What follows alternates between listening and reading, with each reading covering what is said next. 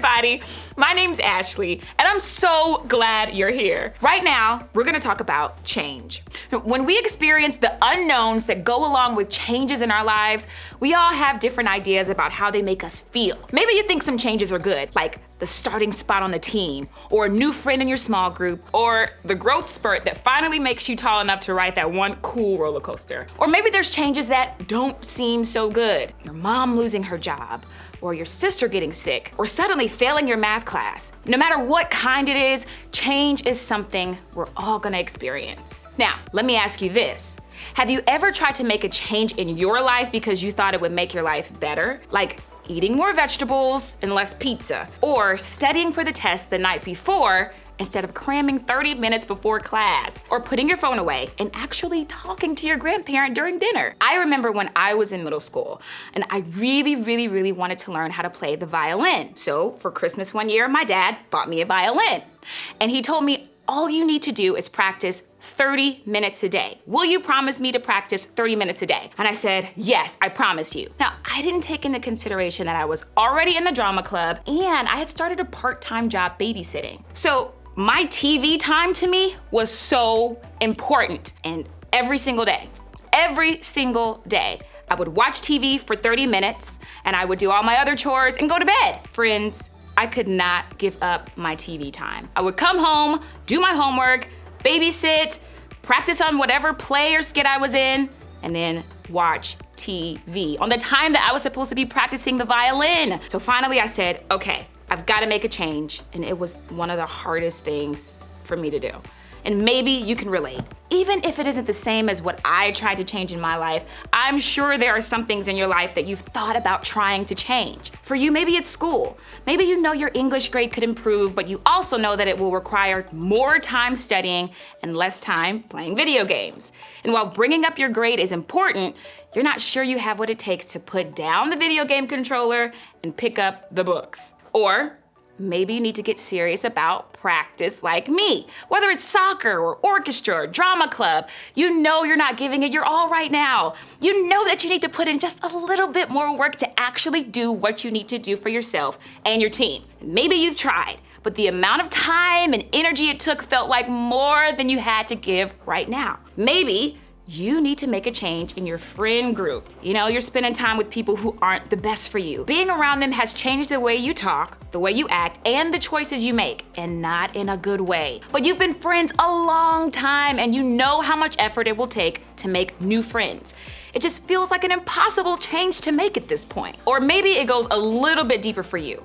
Maybe you've developed some habits that you know aren't really helpful in your life. Maybe it's the things you look at online that nobody knows about, or the hurtful comments that you post anonymously on social media, or the things you're doing in a dating relationship that you don't feel comfortable with, or the things you're curious about, or even trying for the first time, like drugs or alcohol. You see what I mean? I think we can all come up with something that we know we need to change. But while the things that we need to change may look different for each of us, I think there's one thing we have in common. We know that actually making that change can be really hard to do. Why is that? If we know we need to make a change that might make our lives better, why don't we just do it? Well, maybe you're afraid to fail. Maybe you want to step out and make the change, but what if it doesn't work? What if you study and still don't pass? Or practice and still don't get the starting spot? Or try to make a new friend and then get rejected? That feels like a failure, and that isn't something that any of us want to experience. Or maybe you don't want to seem different. You don't want to stand out. If people see you trying to make a change in your life, they'll notice something is different about you.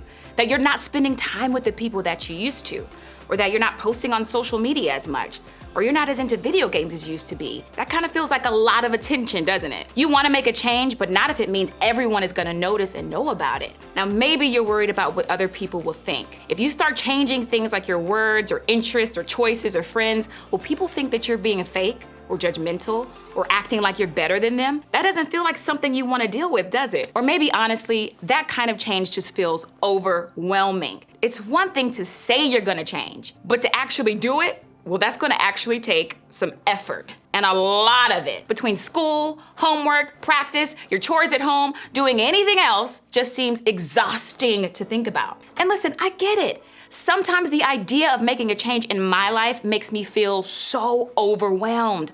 But I think all the effort, all the work, and all the stuff that comes with making good changes in our lives can be worth it. In fact, I think God can actually do a lot for us when it comes to change. We just have to be willing to take the first step. To help you see what I mean, I want to read a little bit of a letter written by a guy named James. Okay, fun fact. James was actually the half-brother of Jesus. It's pretty crazy, right? I mean, can you imagine if the guy who shared your bathroom and sat at your dinner table and left his socks all over the house was not just your brother, but the actual Son of God? That was real life for James. And eventually, he grew to be a believer in and follower of Jesus too. Now, before we get to what James wrote in his letter, let me give you a little background on what was going on at the time. During one of Jesus' last talks with his followers on earth, he told them that they would be his witnesses in their hometown and beyond. Now, what does this mean? Basically, that they would be the people who would spread the message of Jesus to people where they lived and places all over the world.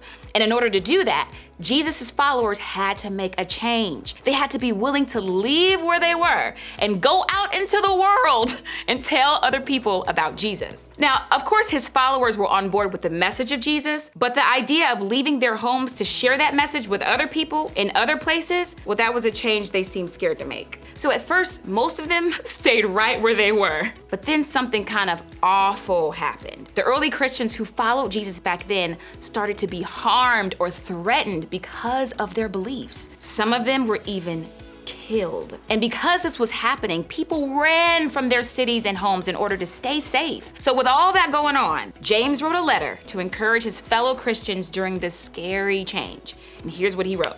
Dear brothers and sisters, when troubles of any kind come your way, consider it an opportunity for great joy. Okay, let's get real for a second. None of us wants to actually do this, right? Consider our troubles a reason to have joy? The changes we're going through, the difficult stuff that we need to do to live better lives, we're supposed to have joy in that? No, thank you. Well, before we throw out this letter completely, let's just read one more thing. For you know that when your faith is tested, your endurance has a chance to grow. So let it grow, for when your endurance is fully developed, you will be perfect and complete, needing nothing. See, the reason we can find joy in the hard stuff is because those changes and troubles are for a reason. In fact, they can lead to something really great in our lives. Endurance. Maybe you've heard this word before. The word endurance is usually associated with athletics. So when we train and we work hard over time, our bodies will get better at what we're doing. And the more we run, the longer we'll eventually be able to run. That's because we've built up endurance. The more we do it, the stronger we'll become. Think of it like an astronaut. Astronauts have to go through so much training before they get into space. They have to spend tons of hours in a classroom. They have to practice handling the equipment. They have to go on test flights and pretend spacewalks over and over. They have to do a lot to build their knowledge and endurance before they can even go out into space. All of the changes that they make and the work that they put in makes them better astronauts. It builds their endurance. The endurance that James wrote about works the same way. When we take a step towards making a change, we're working on building our endurance. When we decide to study more and pass that class, we do it once, and then we do it again, and again, and again. Is it always easy? No! But the more we do it, the easier it will get. The more we show up and keep trying and keep working through that change, the stronger we'll be. And the stronger we are, the more endurance we'll gain to keep working towards that change in our lives. And that endurance can help you be confident when everything changes. Essentially, James was saying that practice makes perfect. In other words, working towards change by pushing through the pain and hard stuff doesn't just make you better at the thing you're working on, it actually makes you better at change. You're developing the kind of endurance that will help you when you face any unknowns. And that's important because change and going into the unknown is something we're gonna face for the rest of our lives. Building endurance by making changes now can help you be better at the changes you face as you grow up. God can use the unknown to make us stronger.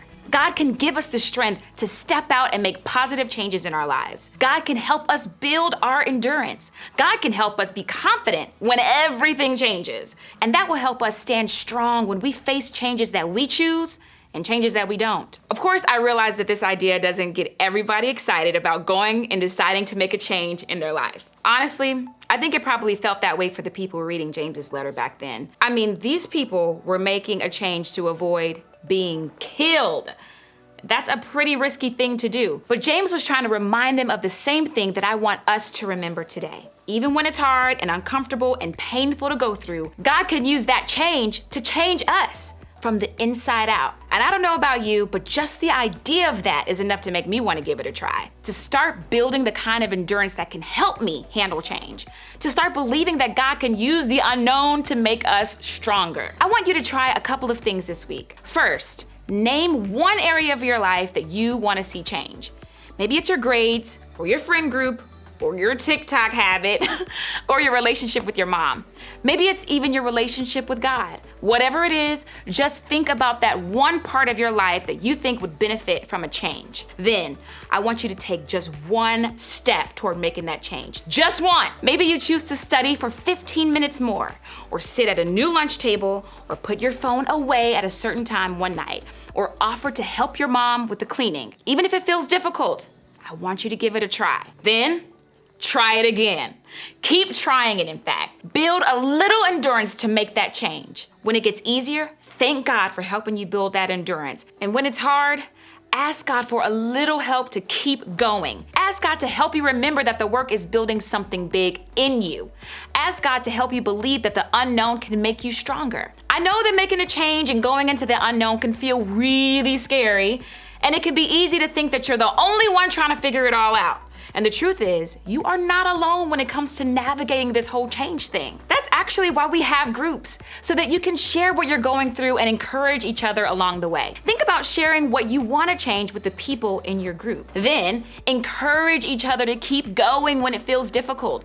Let's cheer each other on as we build the endurance to make a change in our own lives.